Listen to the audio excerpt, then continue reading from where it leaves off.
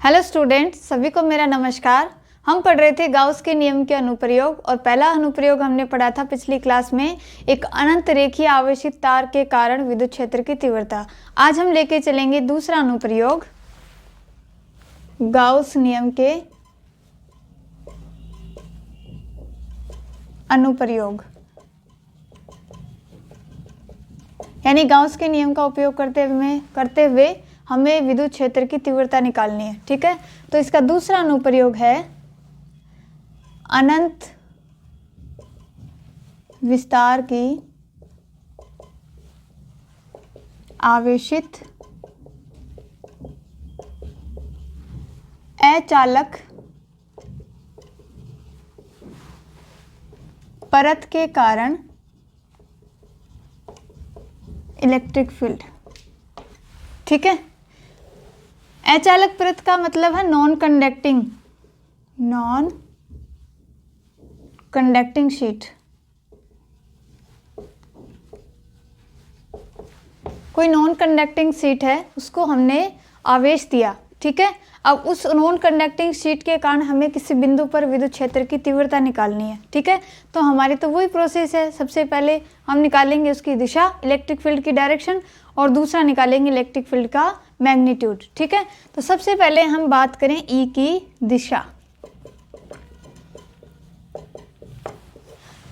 अब पहले ये देखो कि नॉन कंडक्टिंग शीट होती क्या है। कोई कुछ ऐसा, इसका डायग्राम बनाएं, एक परत। ठीक है, अब नॉन कंडक्टिंग है तो इसको दिया जाने वाला आवेश, आप यहाँ अगर इसको आवेश दे रहे हो तो ये यहीं रहेगा। ठीक है, अगर यहाँ आवेश दे रहे हो तो यहीं रहेगा, यानी दिया जाने वाला आवेश उसके यथास्थान पर रहता है, जहाँ दे रहे हो वहीं वो आवेश रहेगा। ठीक है, शीट दो टाइप की होंगी, कंडक्टिंग और नॉन कंडक्टिंग। अब कंडक्टिंग यानी चालक और अचालक। चालक और अचालक में क्या अंतर है कि चालक को दिया जाने वाला आवेश उसके बाहरी किनारों पर होता है, उसकी बाहरी परत पर होता है। ठीक है, जबकि अचालक यानी नॉन कंडक्टिंग का मतलब है कि अगर इसको आवेश देंगे तो जहां दे रहे हैं वहीं रहेगा। ठीक है, अगर यही कंडक्टिंग होती, ठीक है, आपने आवेश दिया इसके संपूर्ण पृष्ठ पर, दिया जाने वाला आवेश यहाँ इसके वॉल्यूम के अंदर भी है, यानी इसके अंदर भी स्थित है, पूरे हर एक बिंदु पर आवेश है।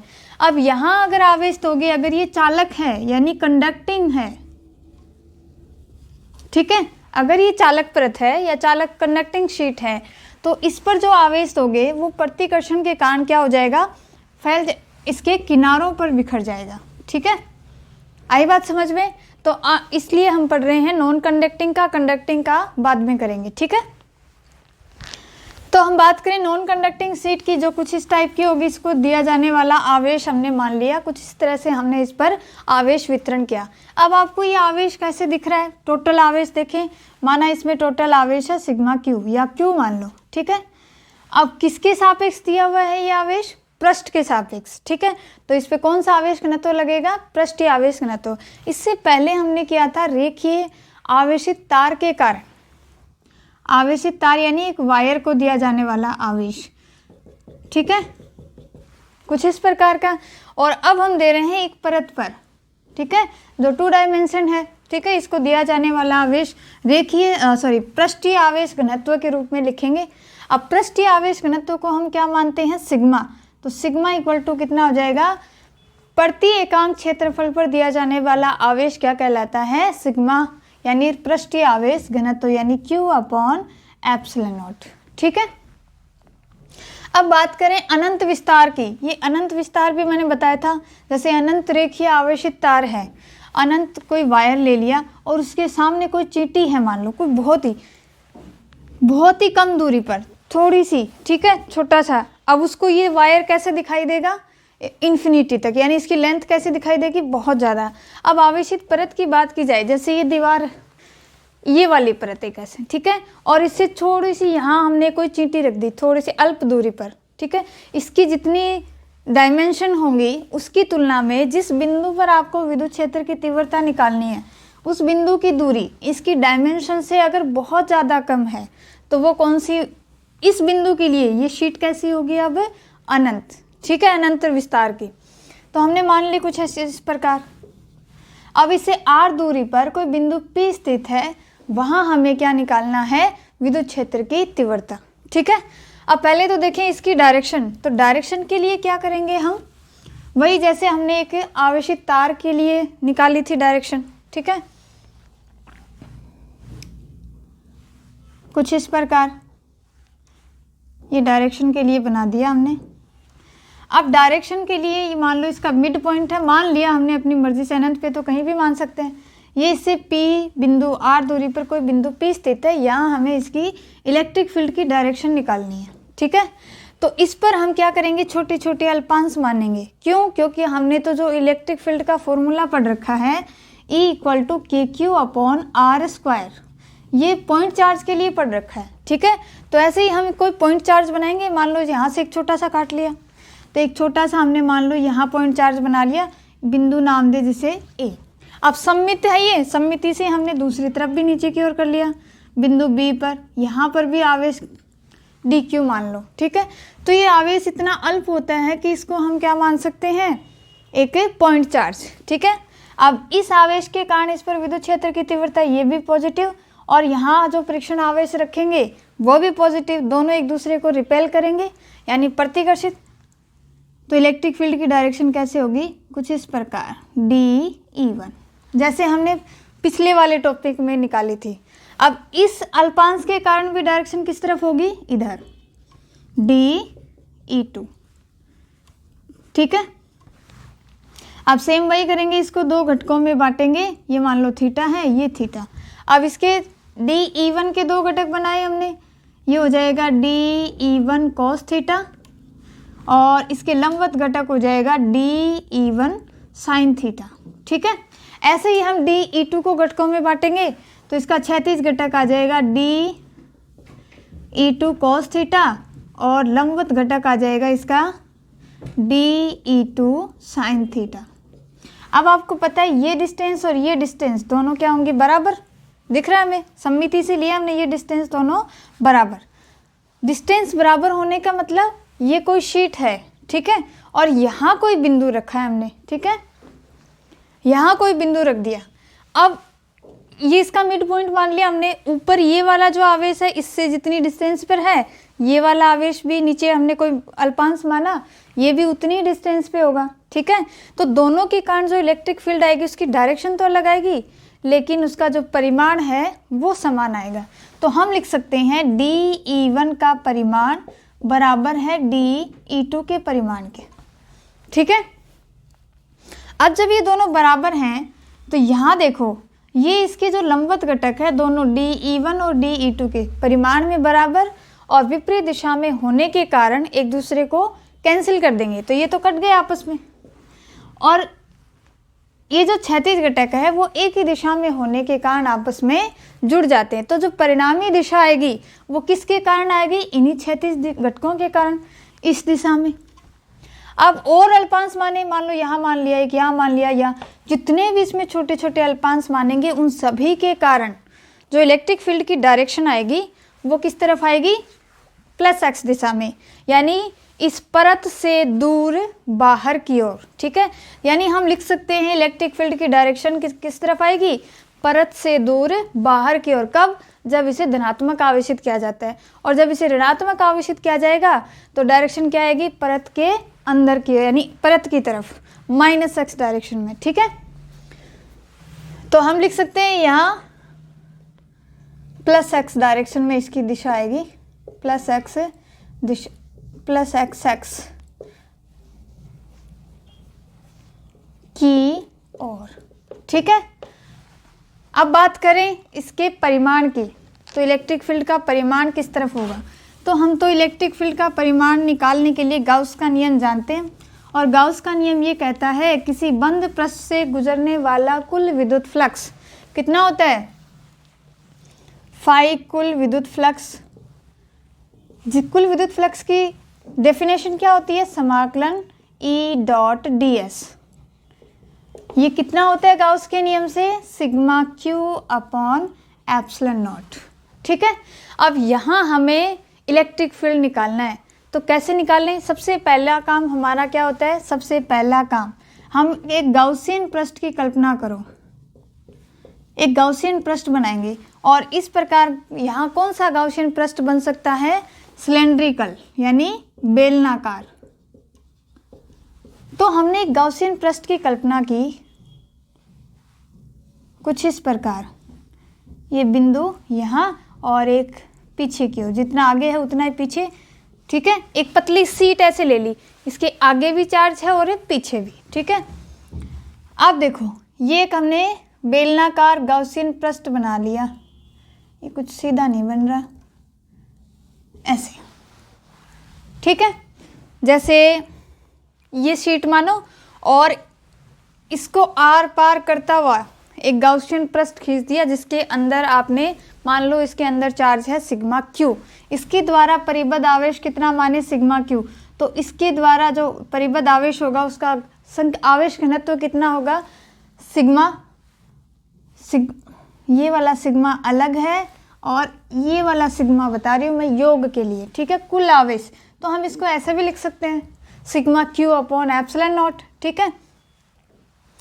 अब बेलनाकार है तो बेलन का एक एग्जाम्पल बताया था मैंने कि बेलनाकार पृष्ठ के लिए क्षेत्रफल सदिश की 3 टाइप की कंडीशन होंगी, ठीक है। पृष्ठ होंगे इसके, एक यहाँ माना, एक पृष्ठ हमने यहाँ ले लिया और एक पृष्ठ हमने ले लिया इधर। तो यहाँ देखें क्षेत्रफल सदिश की दिशा, तो वो इस तरफ होगी ds। यहाँ देखिए क्षेत्रफल सदिश की दिशा, वो इस तरफ होगी, तल के लंबवत बाहर की ओर। और यहाँ तल कितना है? ये तल के लंबवत बाहर की ओर, इधर ds की डायरेक्शन, ठीक है। अब देखें इलेक्ट्रिक फील्ड की डायरेक्शन, हमने अभी देखा कि अगर कोई अचालक परत है और आवेशित है तो उसके लिए इलेक्ट्रिक फील्ड कैसे आता है? परत से दूर बाहर की ओर, इधर इलेक्ट्रिक फील्ड की डायरेक्शन। और इसके लिए इलेक्ट्रिक फील्ड कितना हो जाएगा? इस डायरेक्शन में। अब इसके लिए देखो पीछे वाली परत, इसके लिए परत इससे तल से दूर बाहर की ओर यानी E। अब प्लस x डायरेक्शन में हमने ये इसकी इलेक्ट्रिक फील्ड की दिशा तो दे दी, लेकिन तल के लंबवत होगी इसकी दिशा। जैसे इस सीट का तल है और उसके लंबवत बाहर की ओर, ठीक है। तो हम ऐसे n कैप भी लिख सकते हैं, तल के लंबवत बाहर की ओर। प्लस x ना कह के इसको क्या नाम दें? n कैप लिखें तो ज़्यादा सही होगा।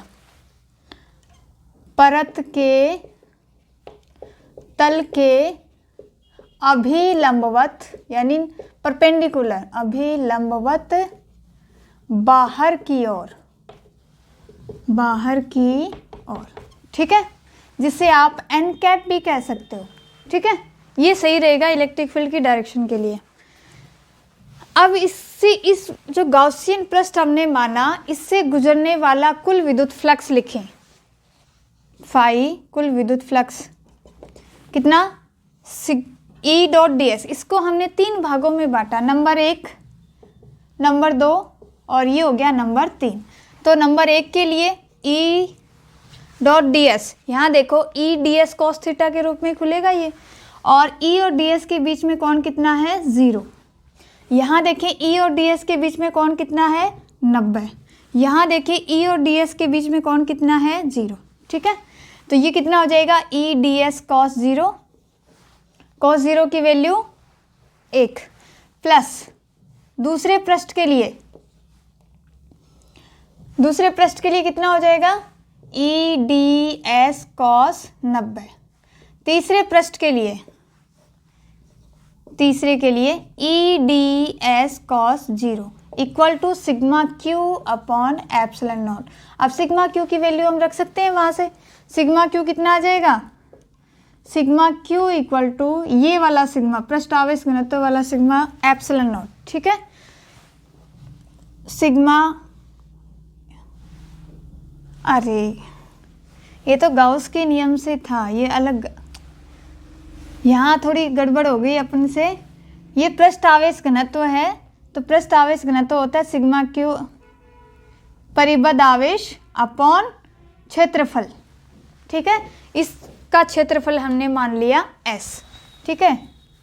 थोड़ा सही कर लेना इसको, सिग्मा इंटू S। अब बात करें सिग्मा की, क्यू की जगह वैल्यू रख दी हमने sigma into S upon epsilon naught, ठीक है। वो वहाँ सही कर लेना स्टार्टिंग में ही। अब cos 0 की वैल्यू कितनी होगी? 1। cos 0 की वैल्यू 1। cos 90 की वैल्यू 0, तो ये क्वांटिटी क्या होगी 0। अब यहाँ से देखें नंबर 1 के लिए EDS प्लस समाकलन EDS equal to sigma S upon epsilon naught. ठीक है, अब देखो इलेक्ट्रिक फील्ड हर एक ऐसे गाउसियन पृष्ठ की कल्पना करते हैं जिसमें इलेक्ट्रिक फील्ड क्या रहे, नियत रहे। तो इलेक्ट्रिक फील्ड क्या होगा, नियत। तो ये दोनों को जोड़ें तो ये कितना आ जाएगा, 2 गुना EDS। अब E को बाहर ले आओ तो समाकलन DS equal to sigma S upon epsilon naught.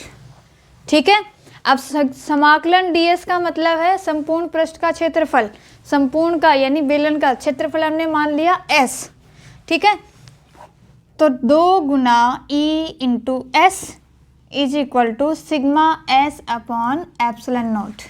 S से S कैंसिल तो E इक्वल टू कितना आ गया, सिग्मा अपॉन 2 एप्सिलॉन नॉट। ठीक है, यह आ गया इलेक्ट्रिक फील्ड का परिमाण। अब सदिश रूप में दिखाएं तो सदिश रूप में इलेक्ट्रिक फील्ड को ऐसे प्रदर्शित कर सकते हैं, सिग्मा अपॉन 2 एप्सिलॉन नॉट। अब दिशा के लिए मैंने क्या बताया था, एन कैप। ठीक है, ये हो जाएगा एक अपरिमित आवेशित अचालक परत के कारण विद्युत क्षेत्र। ठीक है, समझ में आया आपको। अचालक परत कौन सी होती है, जिसके पूरे पृष्ठ पर आवेश हो। ठीक है, अंदर भी और बाहर भी। और चालक परत कौन सी होगी, जिसके किनारों पर आवेश हो। ठीक है, इतनी समझ में आया। तो यहाँ से हमने देखा कि अनंत विस्तार की कोई अपरिमित आवेशित अचालक परत है, यानी नॉन कंडक्टिंग कोई सीट है, तो उसके लिए विद्युत क्षेत्र कितना आया, सिग्मा अपॉन 2 एप्सिलॉन नॉट। और डायरेक्शन क्या आई, तल के लंबवत बाहर की ओर। ठीक है, अगर हम देखें तो इसके फॉर्मूला में देखो, ये इस डिस्टेंस पर डिपेंड नहीं करती जिससे वो बिंदु है, यानी r डिस्टेंस पर इस पर कोई निर्भरता नहीं होगी। तो हम लिख सकते हैं, अगर E और R के बीच में ग्राफ बनाएं तो ये ग्राफ किस प्रकार आएगा, कुछ इस प्रकार, यानी E और R के बीच में कोई निर्भरता नहीं होगी। ठीक है, अब बात करें सिग्मा पे, ही किस पे डिपेंड करेगा, सिग्मा पर, यानी पृष्ठ आवेश घनत्व पर। तो सिग्मा ले x एक्स पर और y एक्स पर लिया हमने E। तो इन दोनों के बीच ग्राफ देखें तो जितना आवेश घनत्व होगा उतनी ही ज़्यादा इलेक्ट्रिक फील्ड की का मैग्नीट्यूड। ठीक है, तो हम ऐसे लिख सकते हैं, इसका इस प्रकार ग्राफ बना सकते हैं। अब इस पे सवाल करते हैं। ठीक है,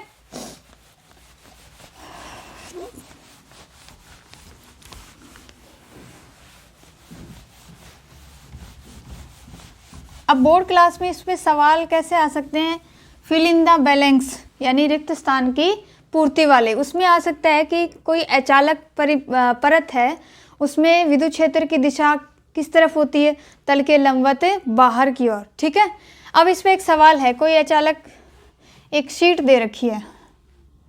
ठीक है, कुछ इस प्रकार कोई अपरिमित अचालक परत है और उससे 10 सेंटीमीटर दूरी पर कोई बिंदु P स्थित है। ठीक है, उसका आवेश घनत्व दे रखा है sigma equal to 17.70 micro coulomb प्रति मीटर स्क्वायर। ठीक है, एक अचालक अपरिमित आवेशित परत है, उसका आवेश घनत्व आपको दे रखा है 17.70 माइक्रो कूलाम प्रति मीटर स्क्वायर, और आपसे पूछा है उससे 10 सेंटीमीटर दूरी पर कोई बिंदु P स्थित है, तो आपको निकालना है इस बिंदु P पर विद्युत क्षेत्र की तीव्रता।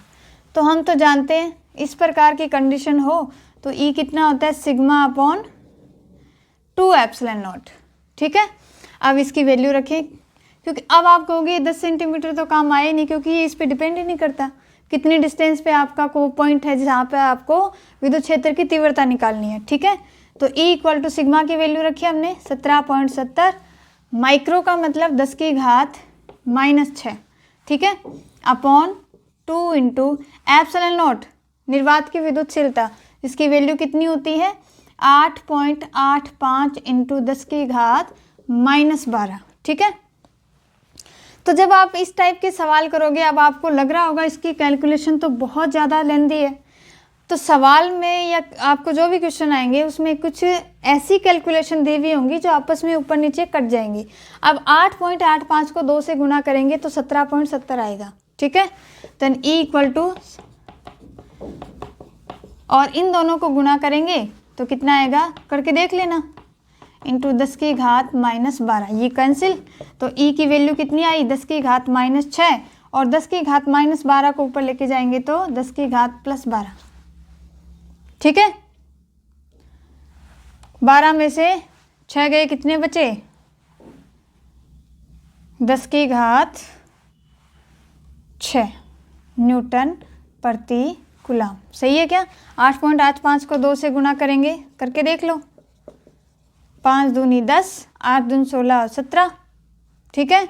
8 दूनी 16 और 1 17, 17.70। समझ में आया इतना, ठीक है। तो इस टाइप के कुछ सवाल आएंगे। और सवाल करके देखते हैं। आपको दिया हुआ है कि 2 अचालक परत दे दी, अब आपको पतली सी, ये जो नॉन कंडक्टिंग शीट की हम बात कर रहे हैं, ये बहुत ही पतली होती है, ठीक है, इनकी मोटाई बहुत कम होती है।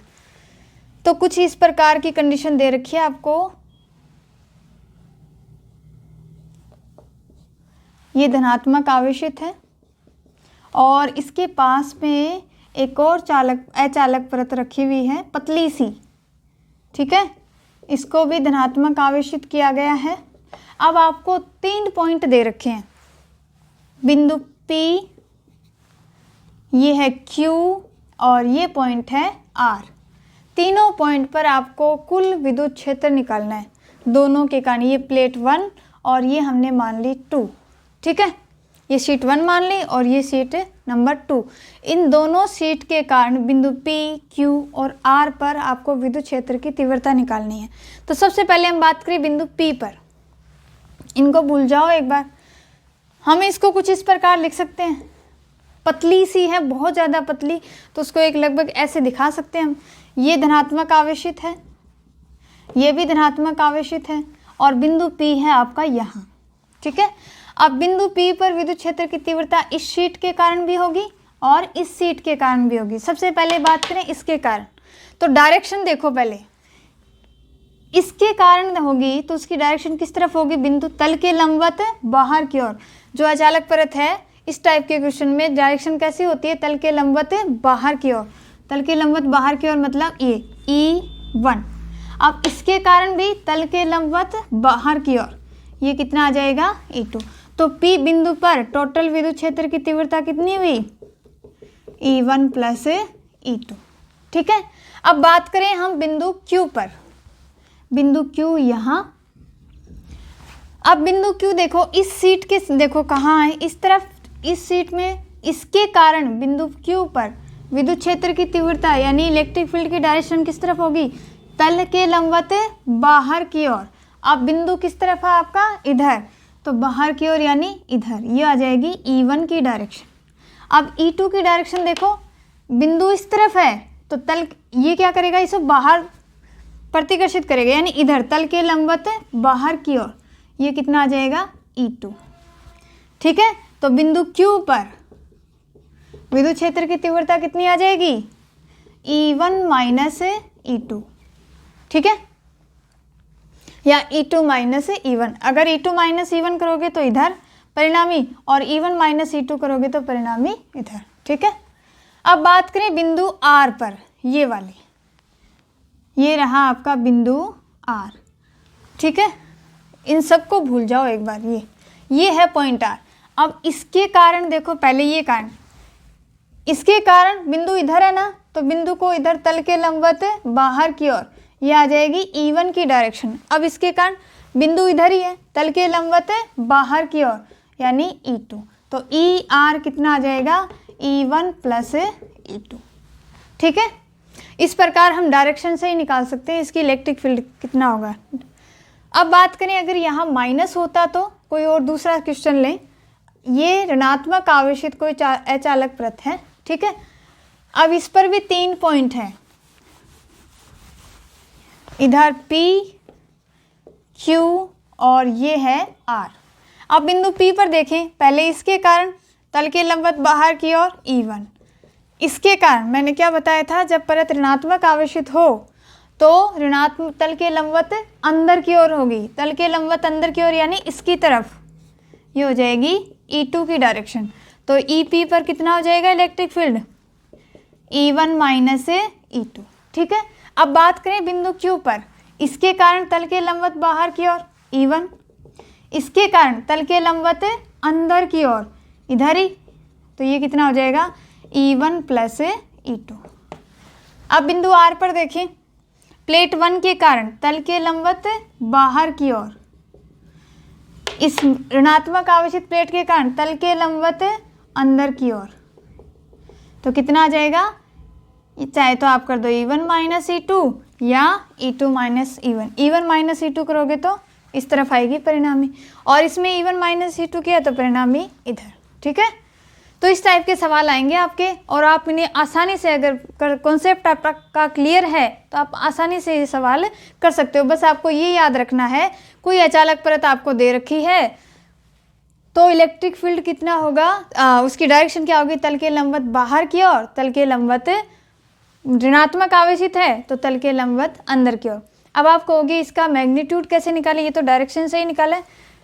E1 की वैल्यू कितनी, sigma upon 2 epsilon not, sigma upon 2 epsilon not कितना 0।